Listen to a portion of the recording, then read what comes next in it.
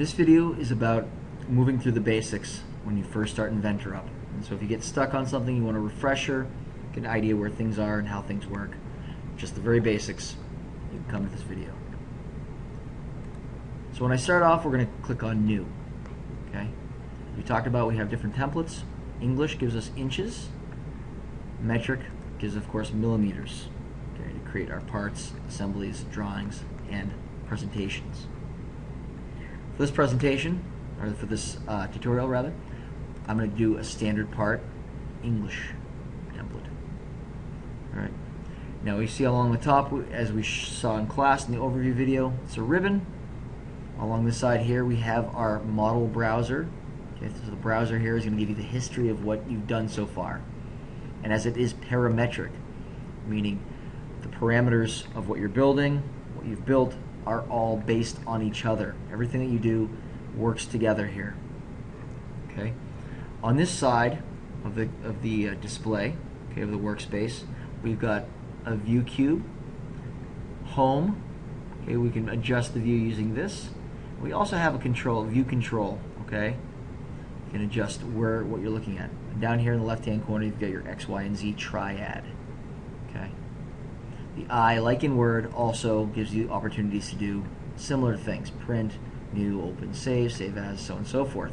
So this is where you're going to come when you're finished and you want to save your what you've been working on. Right now, though, we want to start a new sketch.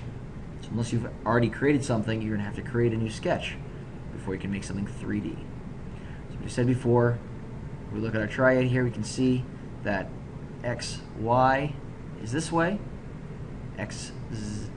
Y, Z is this way, and X, Z is pointing up. All right. We're going to start with X, Y. Generally, that's the point we want to work from. And you'll notice that there's a yellow spot. That yellow spot is the origin point. It's the center where the axes meet. All right. For the sake of this basics video, I'm just going to draw a line. A couple lines. Notice that I can just draw them out, whatever. Okay. Once I've finished doing what I want to do with my sketch, okay, my drawings, utility, press OK. Right click, press OK. All done. All right. Say I didn't like a line here. I don't want to have two different lines. This wants to be one solid line that runs from here, from this point all the way down to this point. I don't want to have two. If I want to get rid of it, I can drag a box. I can left click, and then as I hold the left button on my mouse down, I drag a box from left to right over the area that I want to get rid of. Notice that it turns blue. I then click delete on my keypad, and I'm done. Okay. So then I can add in my line from one endpoint to the next. Okay. Notice how far. Notice I'm zooming in and out. Okay. To do that, wherever your scroll point is going to be the point from which you're scrolling. Okay, you're zooming in and out. So if I want to see this vertex here, okay, I roll my scroll forward. Backwards, and it will zoom in on that very point. Okay. Notice that I just zoomed in on that point. It's because my icon here on the screen is at that point. Again, I can do it wherever, but it's based on where my little icon on the screen is located. Okay, so it just takes a little bit of practice. Now I can also pan the screen back and forth and around wherever. That takes the scroll on my mouse. I hold that down, and then I can slide it back and forth. Okay, I can move it anywhere I want. So go ahead and practice those things. Okay. Now the last piece is going to be the orbit. And you can click over here, or you can go to the cube, but when you get to the 3D, you want to be doing it pretty quickly. And there's also some shortcuts you can use. So similar, if you press F2, okay, you can then pan.